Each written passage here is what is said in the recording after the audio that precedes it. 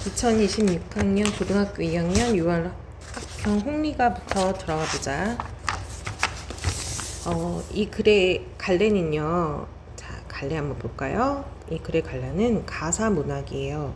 그리고 여기서 인물이 유배를 가서 쓴 유배 가사에 속하는 작품이야.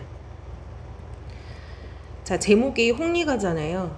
뜻은요, 탄식하며 부르는 노래다, 이런 뜻이에요. 자, 성격을 보면 성격은 탄식이 많이 나오지.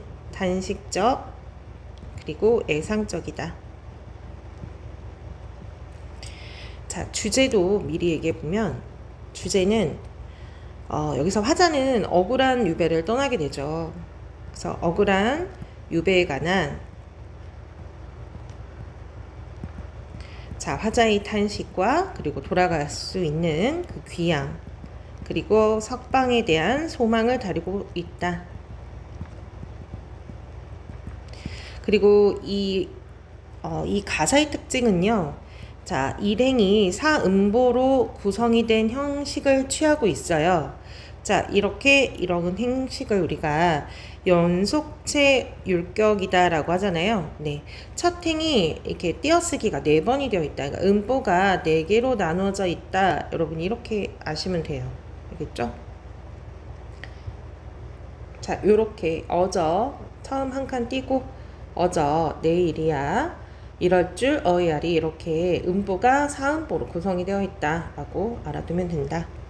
자, 그러면 내용 한번 같이 들어가 볼게요. 어저 내일이야 이럴 줄 어이야리. 어저라는 것은 자, 이거 뭐예요?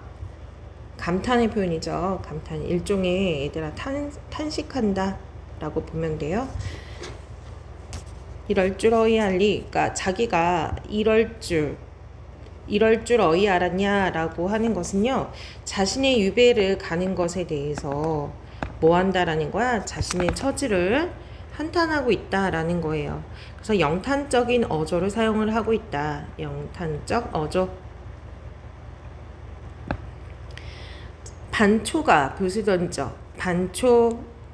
반초가 붓을 던져 입신양명을 하려고 할 때, 입신양명이 뭐죠? 출세 얘기하는 거죠.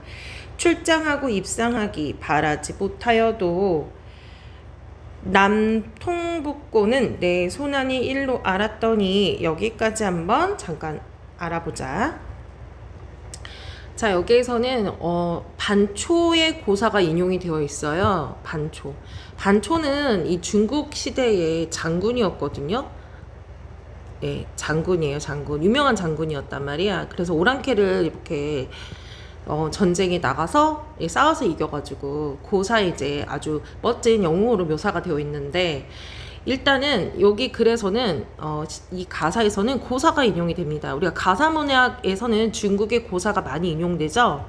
자, 이 고사가 인용이 돼서 뭘 얘기하는 거냐?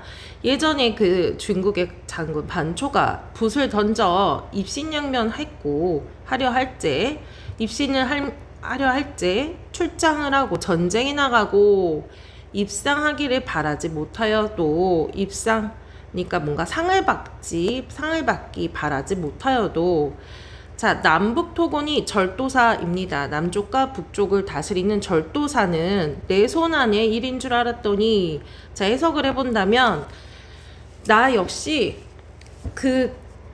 여긴 나를 얘기하는 거예요. 화자를요. 자, 뭘 얘기하는 거냐면 화자가 역시 누구처럼요, 중국의 이 반초처럼요, 입신양면까지는 내가 안 바라더라도 뭐 할 줄 알았다는 거야. 절도사쯤 자기가 쉽게 될 줄 알았더니, 그런데 됐을까 안 됐을까 못 되었다는 얘기예요. 그죠? 자, 자신이 지금 처한 상황을 이 반초랑 대비해서 얘기를 하는데, 자기 또한 반초처럼 어느 정도 그렇게 꿈을 이룰 줄 알았는데, 적어도 절도사 정도는 할 줄 알았는데, 화자는 그 반초와 자기를 비교한 거지. 자기도 이렇게 절도사 정도는 될 줄 알았는데 어떻게 내가 지금 이대로 머물렀느냐 라고 얘기를 하고 있는 거예요. 여기서도 계속 뭐 하고 있어요? 영탄하고 있는 거야.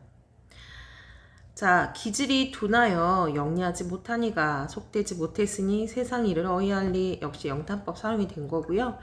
자, 자기 자신을 어떻게 했습니까? 영리하지 못하고 둔하고 영리하지 못했다라고 하는 거지. 그러니까 자기가 지금 유배를 각 이유에 대해서 얘기를 하는 거죠. 어리석고 영리하지 못했다라고 얘기를 하는 거예요. 한칠에 나아갔다 한자를 물러서니 이룬 것이 전혀 없다. 역시 마찬가지야. 뭐예요? 유배를 간 자기의 상황에 대해서 뭐하고 있습니까? 회상을 하고 있는 것이다 라는 거죠.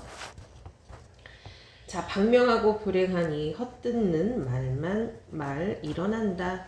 자, 방명하대요. 방명은 어떻다? 자, 안 좋은 일만 생기고 불행하니 자, 헐뜯는 말만 일어난다. 그러니까 주변에서 자기 자신을 모함하는 사람들이 많아진다라는 얘기야. 신령이 질투하고 귀신이 시기하여 내 운명이 기구하네. 자, 결국에는 자기 운명이 기구하다라고 얘기를 하는데, 그러니까 어떻게 보면은 이게 모함과 나한테 주변에서 오는 모함과 자신이 겪는 이 불행을 누구로 탓을 돌리는 것이다 라는 거예요. 네, 신령이나 아니면 뭐 귀신의 탓으로 자신의 운명을 돌린다. 그러니까 자신이 잘못했다기보다는 이제 신령이나 귀신, 뭐 하늘이 잘못하지 않았을까라고 얘기하는 거야. 우연히 죄를 얻어 귀양지가 마련이니 귀양지 유배를 갔다는 얘기죠. 마련이 되니 고기금을 펼치다가 기록이 걸린 모양이구나. 자, 고기구물이라는 것은 상황입니다. 그러니까 고기구물이라는 것은 어떤 잘못된 상황에서 바로 자기가 고기가 그물에 건져야 되는데 기러기가 걸렸대. 기러기는 누굴 얘기하는 거니? 화자를 얘기하는 거예요.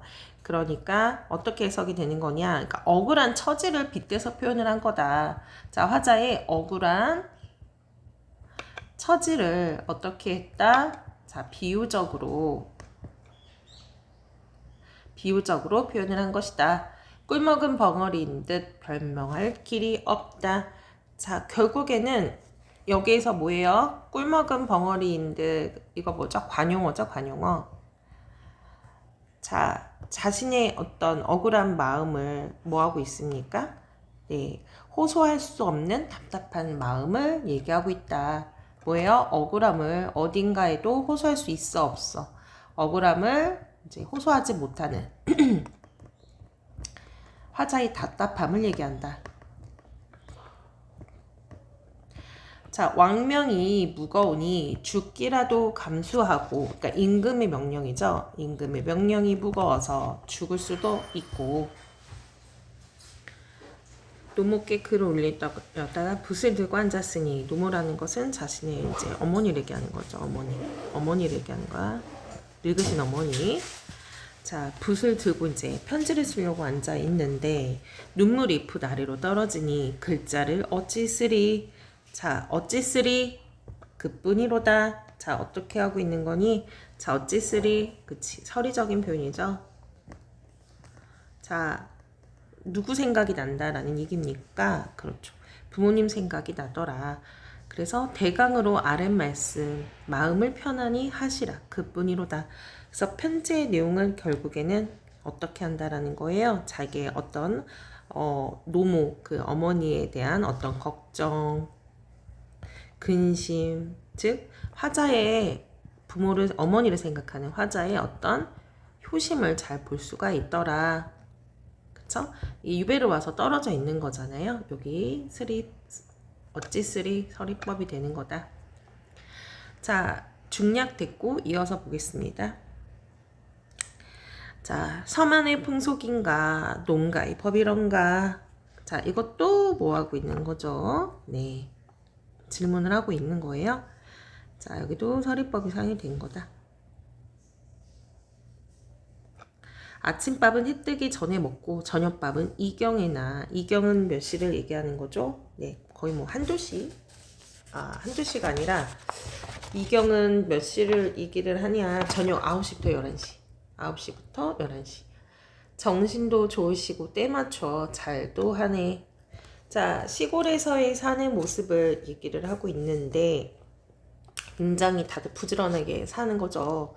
불린 보리콩 조밥에 돌도 많고 뉘도 많다. 여기서의 뉘라는 것은 뭐냐? 알갱이야. 벼 알갱이. 그러니까 그만큼 이 먹는 것을 보니 어떻게 먹는다라는 겁니까? 넉넉한 형편이 되지 못한다라는 얘기를 얘기하는 거예요. 자, 가지가지 섞였으니 낙엽의 가을 소리다. 자, 가을 소리라고 뭐 한 거냐? 비유한 거야. 즉, 여기저기 섞여 있는 이 곡식을 먹는 소리를 이렇게 뭐라고 비유를 한 거죠? 네, 가을 소리라고 비유한데 긍정적인 의미라기보다는 유배지에서 어떻게 살고 있는 거니? 유배지의 어떤 궁핍한 삶이죠. 궁핍한 삶을 여러 가지 곡식과 그리고 뭐 조나 보리나 아니면은 알갱이들이 이렇게 있는 것들을 비유를 한 거야. 그래서 먹을 때마다 이제 그런 소리가 나더라. 자, 섞여 있으니. 자, 그것을 가을 소리라고 하더라. 자, 궁핍한 삶을 얘기한다. 배고프면 단 음식이라도 좋기도 좋으시고. 자, 이어서 넉넉하지 아니하고 가난하고 천하게 막된 마음 절로 인다.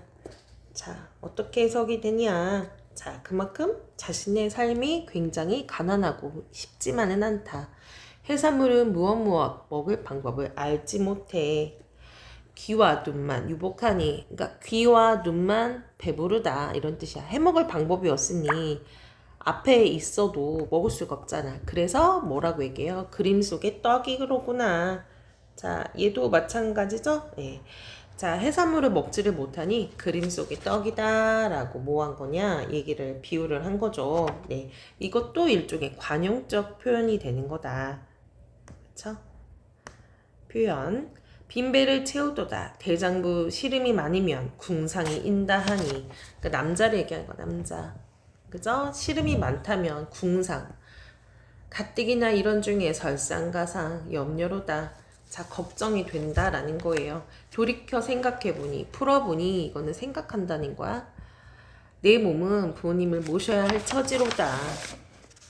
이러하여 어이하여 혹 살아 돌아가면 물방울과 티끌을 모아 보답하고 모자간에 꼭 다시 보리라. 자, 어떻게 해석이 되는 거냐? 먹고 사는 거는 나중 문제고 생각을 해보니 슬픈 생각이 드는 거지. 누구 생각이 든다라는 얘기니? 그렇지. 부모님의 어떤 생각이 든다. 그러니까 유배를 오면요, 우리 가족도 만날 수가 없거든요. 그죠? 그래서 부모에 대한 어떤 효심을 생각한다. 무제한 귀향살이 옛날에도 있건만은 이러한 태평성대에 더욱 아니 통곡하랴. 자, 어떻게 해석이 되는 거냐? 과거에도, 그러니까 내가 겪은 건 아니지만 과거에도, 그러니까 죄가 없는 유배살이가 있더라도 과거에도 유배 간 사람들이 있어. 죄를 짓지도 않았는데 억울하게, 그죠? 아유, 왜 이러니? 죄를 짓지 않았는데 억울하게 유배를 가는 사람이 있단 말이에요. 그죠? 하지만 그거는 과거 얘기고 지금은 어느 시대라고 얘기를 하는 거니? 태평성대란 말이야. 근데 지금은 태평성대인데 자기가 오히려 이런 좋은 시기에 뭐를 하고 있다라는 거예요? 억울하게 뭐를 왔다? 유배를 왔다. 이해 갔죠? 그래서 자신의 어떤 지금 처한 상황, 억울하고 유배를 왔던 이 상황에 대해서 뭐 하고 있습니까? 통곡하랴. 네, 서리적으로 표현을 하고 있다. 네. 서리적 표현이 된다. 그래서 자신이 억울하게 유배를 온 것에 대해서 더 뭐하고 있는 거야? 억울함을 강조하고 있는 것이다. 하늘이 내린 재앙, 내 스스로 만든 재앙, 조목조목 각각 죄를 지어 죄 아니라 죄를 얻은 탓이로구나. 지금 뭘 얘기하는 건 자기의 잘못을 이렇게 받아들였다라기보다는 하늘이 지은 것, 내 죄를 이렇게 하더라도 그게 죄를 지어서 죄를 지은 게 아니라고 얘기하잖아요. 화자는 계속해서 자신이 억울하다. 죄가 있지 않다. 즉 억울함을 계속해서 뭐 하는 거야? 강조하는 거야. 받아들이지 않습니다. 알겠니? 어떤 그 유배 가사에서는 자신의 이런 것들을 탓하지 않고 인정하는 그런 어떤 내용의 가사도 있거든. 근데 여기서 하자는 자기를 인정하지 않아. 계속 뭐 하고 있다고 얘기하냐면 억울하다고 해. 자, 그다음 팔만의 집에 많은 사람 억울한 줄 누가 모르리. 그래서 팔만의 집이라는 것은 세상 모든 사람들을 얘기하는 거야. 알겠죠? 그러니까 이 세상 모든 사람들이 자, 억울한 줄 모르겠느니, 그러니까 나의 억울함을 알 것이다 라는 얘기입니다. 자, 자신의 억울함을, 그러니까 나의 억울함, 그러니까 많은 사람들도 내가 잘못하지 않은 걸 안대. 억울함을 알고 있을 것이다. 공정하게 의논하면 설마 안이 풀려나리. 자, 기대하고 있는 거죠. 반드시 공정하게 자잘못을 이렇게 알아낸다면, 이제 시비가 된다면 자기는 풀려날 수 있을 거라는 기대감을 얘기하죠. 해와 달 같은 우리의 성상. 자, 해와 달. 자, 누구를 이렇게 비유한 거죠? 자, 우리의 성상이라고 했어요. 훌륭한 임금. 즉, 뭐를 비유한 거냐? 자, 임금을, 자, 해와 이 달에 비유를 한 거예요. 그죠? 자, 그래서 요순 우탕 문무의 때라. 요상 우탕 요순 우탕. 자, 왕이에요. 왕. 얘들아, 자, 중국에 여기도 고사 인용을 한 거네요.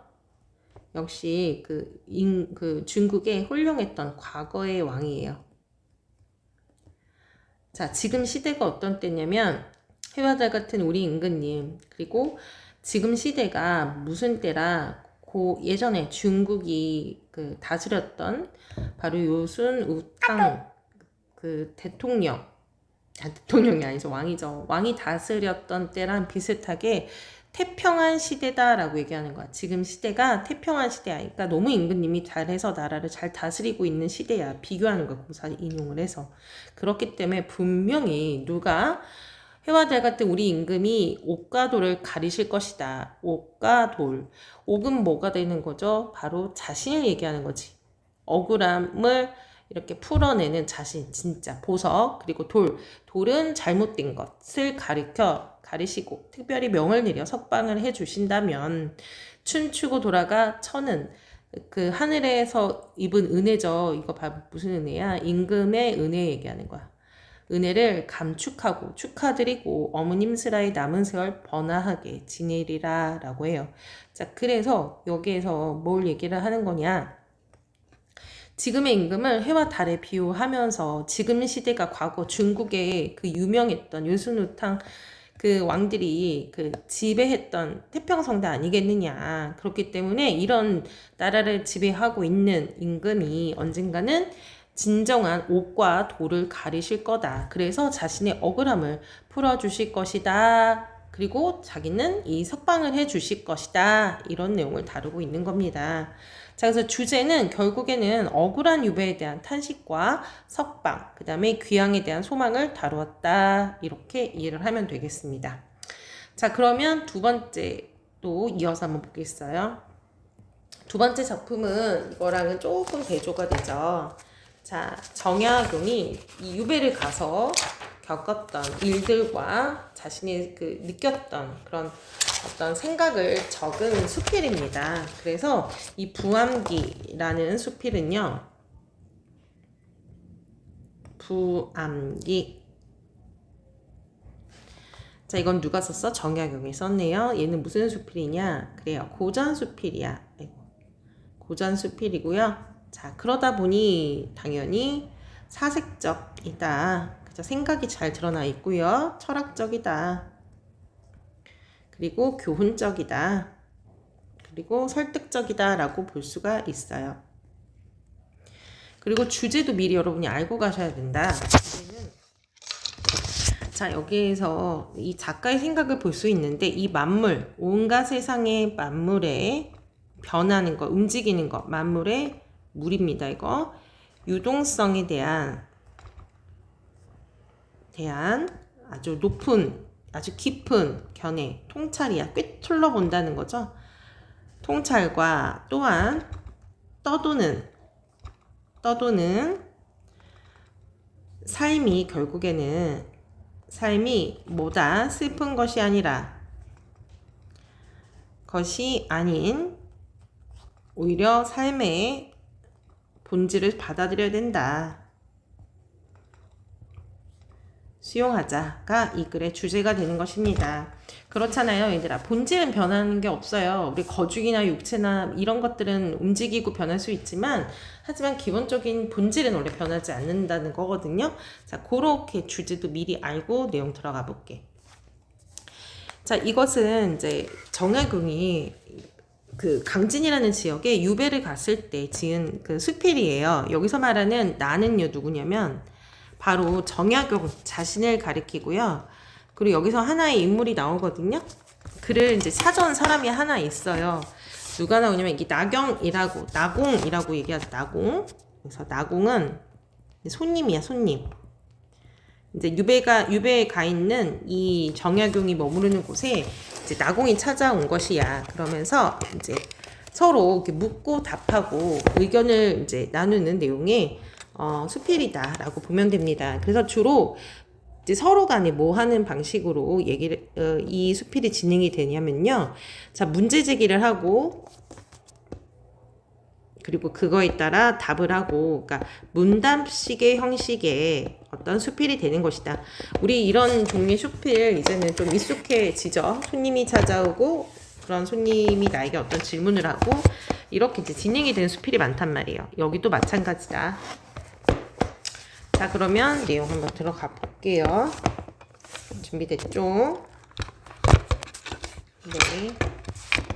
자, 나산처사 나공은 자, 인물 소개하고 있어요. 누구 얘기하는 거야? 자, 나산에 있는 나공이라는 사람이 왔다라는 얘기입니다. 근데 여기서 중요한 거는 처사라는 표현은 원래는 얘들아 약간 신선에게 붙이는 표현이거든. 근데 실제로 신선은 아니겠지만 그렇게 표현을 하는 거야. 80이 다 되어가는데도 홍한 눈에는 이 눈이에요, 눈. 새까만 눈을 가지고 있어. 여유 있는 품이 마치 신선과 같이 같다. 그 신선 같다라고 그 외모를 묘사를 하는 거예요. 그죠? 자, 여기서 인물 누가 나옵니까? 나공이라는 인물이 나오네요. 다산에 있는 암자로 나를 찾아와 말하기를. 자, 다산에 있는 남자, 이거 누가 머무르는 곳이죠? 네, 정약용이 머무르는 곳이죠.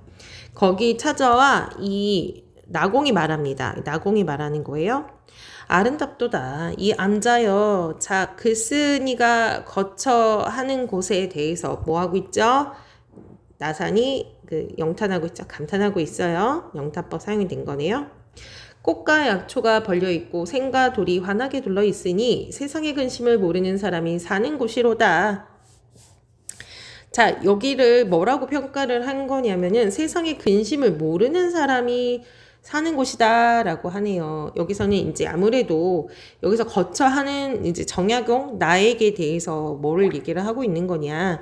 이것은 그 세속과는 상관이 없는 곳. 세속과는 관련이 없는 곳. 왜냐면 너무 잘 꾸며놨으니까. 그러나 지금 그대는 이제 나공이 얘기하는 거예요. 계속 나공이 얘기하고 있습니다. 지금 그대는 누구 얘기하는 거예요? 그대는 나죠. 정약용에게 말을 하는 거예요. 귀양은 사람이므로 주상께서 주상 왕이죠. 사면하며 사면 벌을 이렇게 없애서 환약케 할 것이니 다시 돌아오게 할 것이니 사면하는 글이 오늘 도착을 하면 내일로 그대 누구죠? 네, 정약용 얘기하는 거죠. 이곳에 있지 않게 될 것인데 이곳이라는 건 뭐죠? 바로 내가 있는 그 암자이죠, 암자. 이곳에 있지 않을 것인데 무엇 때문에 꽃을 모종하고 우리 앞서서 이곳이 어떻다고 했어. 꽃도 있고 되게 아름답다고 했잖아. 근데 이해가 안 가는 거야. 나공이라는 사람은. 아니 어차피 유배 와서 여기 잠깐 머무르고 갈 건데 왜 이렇게 예쁘게 꾸몄냐라고 묻는 거죠. 약초를 심고 샘물을 끓여들어 목까지 만들고 돌을 쌓아 도랑을 만드는 듯 이처럼 어떻게 구원할 계획을 세우는가 이렇게 질문을 하고 있어요. 그러니까 자, 궁금한 거야. 왜냐? 곧 떠나려고 하는 사람일 건데, 자, 질문하고 있어요. 질문의 의도는, 아니, 어차피 지금 뭐 하는 거니, 얘들아? 그래, 유배로 왔잖아. 유배를 왔는데 왜 여기를 이렇게 아름답게 꾸몄는가? 이걸 질문을 하는 거예요. 왜 꾸몄지? 왜 도대체?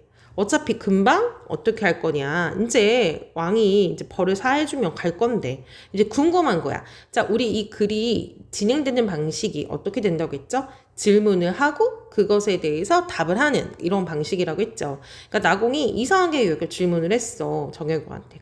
그리고 내가 나산 남쪽에, 자, 내가도 역시 누구 얘기하는 거니? 자, 나공이 얘기하는 거예요. 나공. 우리가 옛날 고전 소설이나 그리고 수필이나 이런 것들이 어려운 이유는 누가 어떤 말을 어떤 대사를 했는지가 헷갈린단 말이야. 자, 우리 잊으면 안 돼요. 나공이 계속 얘기를 하는 거야. 다산 남쪽에 암자를 만든 지, 나산 남쪽에 암자를 만든 지 30년이 다 되는데 거기에서는 사당을 모시고 자손을 기르고도 있네. 그러니까 이제 뭐 조상을 모시고 자손도 이제 거기에 있나 봐요. 그런데도 그 암자는 거칠과 깎아 끼우고 썩은 밧주로 얽매여 있으니 정원은 가꾸지 않아 잡초가 무성하네. 수치로 구차스러 보수만 하고 아침 저녁을 걱정하지 않는다네. 그렇다는 얘기는 뭐 얘기하는 거냐면 내가 이제 물론 가족이 거기서 기거하고 살고 이제 그 근처에 살고도 있고 한데 나는 어떻게 하냐면 그냥 보수만 겨우겨우 하고 그냥 잡초 무성하게 나는 그냥 있대. 그러니까 이 나산의 입장에서는 적양의 행동이 이해가 안 가는 거야. 그러니까 이것이 도대체 무슨 이유인가 하고 질문을 하는 거야. 그러니까 이 사람의 이런 삶의 태도는 어차피 이 자기가 머무르고 있는 이 암자, 즉 여기 나산에 있는 암자는 뭐 금방금방 자기가 떠나고 돌아다닐 곳이기 때문에 자기는 가꾸지 않았다. 미련을 두지 않았다. 지금 그거 가꾸지 않음. 그거를 지금 얘기하는 거야. 그러면 어떤 삶의 태도냐? 그냥 인식망변으로 그냥 굳이 뭐 이렇게 정석과 다루지 않는 그런 모습을 얘기하는 거겠죠. 근데 이것은 무슨 이유인가? 우리의 삶이 떠다니기 때문이네. 지금 나공은 그것을 뭐라고 얘기를 하냐면 스스로 질문하고 스스로 답하는 거야. 뭐라고 했냐? 나는 이렇게 생각한대. 왜 자기는 이걸 수리를 안 했냐면 무슨 일인가 스스로 질문을 한 거야. 그럼 자기는 이렇게 생각한대. 우리의 삶이 떠다니기 때문이기 때문에 자기는 굳이 지금 내가 머물러 있는 곳을 가꾸려 하지 않는다라는 거야. 지금 스스로 뭐 하고 있는 거죠? 자답. 스스로 질문하고 스스로 답을 해. 나는 이렇게 생각한대. 떠다니기 때문이래. 혹은 떠서 동으로 가고 혹은 떠서 서로 가며 혹은 떠서 다니고 혹은 떠서 그치며 떠서 갔다가 떠서 돌아오니 그 떠다니는 것이 아직도 그치지 않았네. 그러니까 죽을 때까지 계속 움직이고 떠다닌다라고 표현을 하는 거야. 그래서 나는 내 자신의 호하기를 자기 이제 스스로 별명을 지었어. 뭐라고 지었냐? 부부자라고 지었대. 이 뜻은 떠다니는 사람 이런 뜻이야. 그리고 집을 어떻게 지었냐면 부암이라고 지었대. 부암도 역시 이렇게 정적인 공간이 아니라 이렇게 움직이는 그런 공간을 얘기를 하는 겁니다. 그죠? 자, 나도 이와 같은데 허물며 자네는 어떠하랴? 지금 나산이 계속 얘기를 하는 거야. 나도 이와 같다라는 건 나는 어떻게 이 삶이라는 것은 굉장히 어떻다. 유동적이다. 움직인다라는 거 사실 떠다닌다라는 얘기는 떠다닌다라는 본래의 뜻은 고정되어 있지 않고 계속해서 우리의 삶을 움직인다라는 거거든. 그렇기 때문에 굳이 나는 어떤 장소에도 그렇게 미련을 두지 않고 그냥 돌보거나 그러지 않는다라고 얘기해. 그러면서 다시 질문을 하는 거야. 나사는 정약용한테. 당신은 어떠십니까? 이게 이해가 안 가는 거지. 너무 멋지게 꾸며놓고 가꿨으니까. 자네의 일은 지금 내게 의혹이 되네 하였다. 의혹은 뭐냐면 궁금하다는 거야. 궁금. 그리고 의심스럽다는 거야. 도대체 이 사람이 왜 여기에 공간에 머물러서 이렇게 멋지게 꾸미지? 한편으로는 뭐야 이 사람 되게 이익을 추구하나? 이렇게 느낄 수도 있는 거죠. 왜냐면 유배로 왔잖아. 정약용은. 그랬더니 이 말을 하니 뭐라고 얘기를 하고 있어요? 자, 정약용이 얘기를 합니다. 이제 자, 여기까지는 손님인 나산이 얘기 스스로 자문자답을 하는 장면이에요. 그죠? 자, 내가 얘기를 합니다. 나는 바로 정약용이죠. 이제 그 얘기 듣고서 이제 대답을 하겠죠. 내가 일어서며 말을 했습니다. 아, 그거 참 달언이로서 달언이라는 것은 참 좋은 말이다. 어우, 되게 참 말씀 잘하신다 이런 뜻이야. 말씀 잘한다. 그러니까 비웃는 거 아니에요. 네, 달변가 이런 얘기 있잖아요. 잘한다. 말씀 참 맞는 말이다. 이런 뜻이에요. 인정해 주는 거죠. 상대방의 말을 인정해 주는 거야. 그죠? 인정해 주고 있는 거예요. 삶이 떠다니는 것은 선생이 이미 알았습니다. 선생님이 이미 알고 있잖아요. 라고 얘기해요. 그러나 호수와 늪이 넘치면 부평초의 잎을 도랑에서도 볼 수 있고, 원래 부평초라는 것은 호수와 늪에서 사는 곳이죠. 근데 이게 나중에 비가 와서 넘치게 되면 이 부평초가 물 때문에 이렇게 물난리가 나다가 그냥 도랑 내에서도 볼 수도 있고, 또한 장마가 지게 되면 나무 인형도 물을 따라 흘러가게 되니 이것도 모든 사람이 아는 바입니다. 그쵸? 무슨 말이냐? 나무 인형도 그 자리에 있는 것이 아니라 움직여. 장마가 지면 비에 따라 부평초라는 늪에서 사는 식물도 막 돌아다녀 잎이. 그건 누구나 다 아는 거래. 아, 어찌됐던지 간에 자기가 본래 태어났던 곳과 있었던 곳과 다르게 떠다닐 수 있는 거야. 이거 물건이든 사물이든. 선생님께서도 바로 스스로 비유하신 바입니다. 뭐야, 그 말에 나는 알겠다라는 거야. 인정하겠다는 거야. 맞는 말이에요. 떠다니는 것이 어찌 이것뿐이겠습니까? 자, 또 질문을 하고 있어요. 있습니까?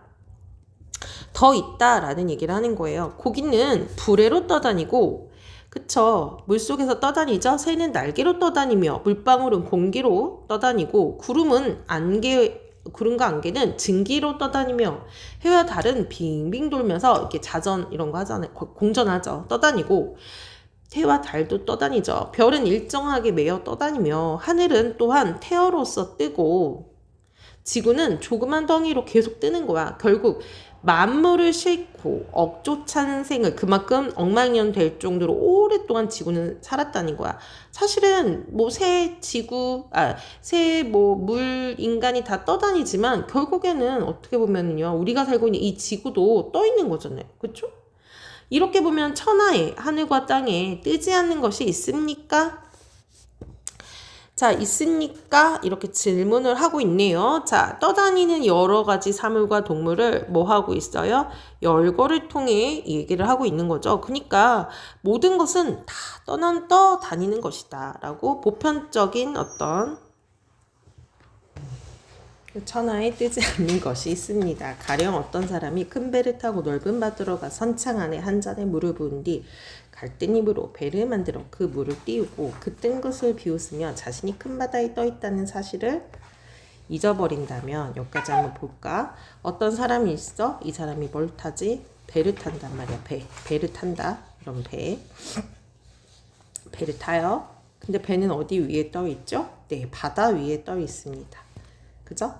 근데 여기서 이 사람이 이파리로 여기다가 이만한 한 잔의 물을 컵이나 아니면 뭐 그릇에다 물을 부은 다음에 여기다가 하나의 이파리를 띄웁니다. 이파리 띄워서요, 이렇게 또 배 같은 걸 하나 만들어. 그러면서 이 사람이 와, 여기 배가 떴네, 얘는 떴구나, 이렇게 생각을 한단 말이야. 하지만 본질적으로 이 잎으로 만든 배만 뜬 게 아니라 사실은 이 사람은 이 바다 위에 있는 배에 떠 있는 거야. 역시 똑같다라는 거야. 그러니까 이 사람이나 이 갈잎으로 만든 배나 똑같다는 얘기인 거죠. 이를 어리석다고 하지 않는 사람은 드물 것입니다. 누가 봐도 이렇게 말하는 것 자체가 참 본인이 떠 있으면서 어리석다 할 거라는 거야. 지금 천하에 뜨지 않는 것이 없는데 선생이 홀로 떠다닌다는 것을 스스로 마음 아프게 생각하여 자신을 그렇게 부르고, 그리고 그 집에 그러한 이름을 붙여 떠다니는 사실을 슬퍼한다는 것은 잘못된 일이 아닙니까? 라고 또 되려 뭐하고 있습니까? 질문을 하고 있는 거죠. 질문. 그죠? 그러니까 우의적으로 얘기를 한 거예요. 우의적으로. 사실 그 선생, 자, 나산이 자신은 이렇게 떠 있는 것이다 라고 얘기를 하는데, 사실 이 나산의 얘기를 이렇게 우의적으로 돌려 말하는 거야. 너가 마치 그 배 위에 있는 잎으로 만든 그 배를 보면서 아 이게 떠 있구나라고 느끼는 것 마냥 너가 지금 말하는 게 그렇다라고 다시 질문으로써 이 나산이 깨닫게 하는 거죠. 자, 그러면서 저 꽃이며 약초, 샘물과 개석 등 모두 나와 함께 떠다닌 것입니다. 떠다니다가 서로 만나면 기뻐하고 떠다니다가 서로 헤어지면 씻은 데 잊어버리면 그만인데 떠다닌다는 것이 뭐가 불가한 일입니까? 그냥 아주 당연한 보편적인 진리 같은 것이다 라는 얘기를 하는 겁니다. 그죠? 자, 결국에는 뭐 하는 거죠? 처음에는 인정하다가 그런 생각하는 방식에 대해서 비판, 그러니까 나산을 비판하고 있는 거죠. 자, 어부는 떠다니며 먹을 것을 얻고 또한 상인은 떠다니며 이익을 취하고 범녀는 강호에 떠서 범녀는 여기 강호에 떠서 옛날 고사 속에 나온 인물이에요. 이 강호를 떠나 활을 멀리하였고 서불은 떠서 나라를 열었고 장지와는 떴기 때문에 즐거움을 얻었고 예원진은 그러니까 움직였기 때문이라는 얘기하는 거야. 그렇기 때문에 떠다니는 것이 어찌 소홀하게 여기겠습니까? 라고 되어 있죠. 그러니까 결국에는 움직이는 것, 이 떠다니는 것은 당연한 것이다. 그러니까 그것들을 뭔가 특별하게 슬퍼하거나 그럴 이유가 아니다. 그러므로 공자와 같은 성인도 역시 뜨는 것에 뜻을 두었던 것이니 떠다니는 것은 정말로 훌륭한 것이 아닙니까?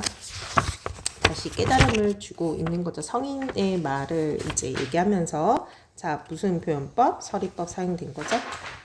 물에 뜨는 것도 오히려 그러한데 땅에 떠다니는 사람이 어찌 스스로 마음을 아프게 생각합니다. 하였다.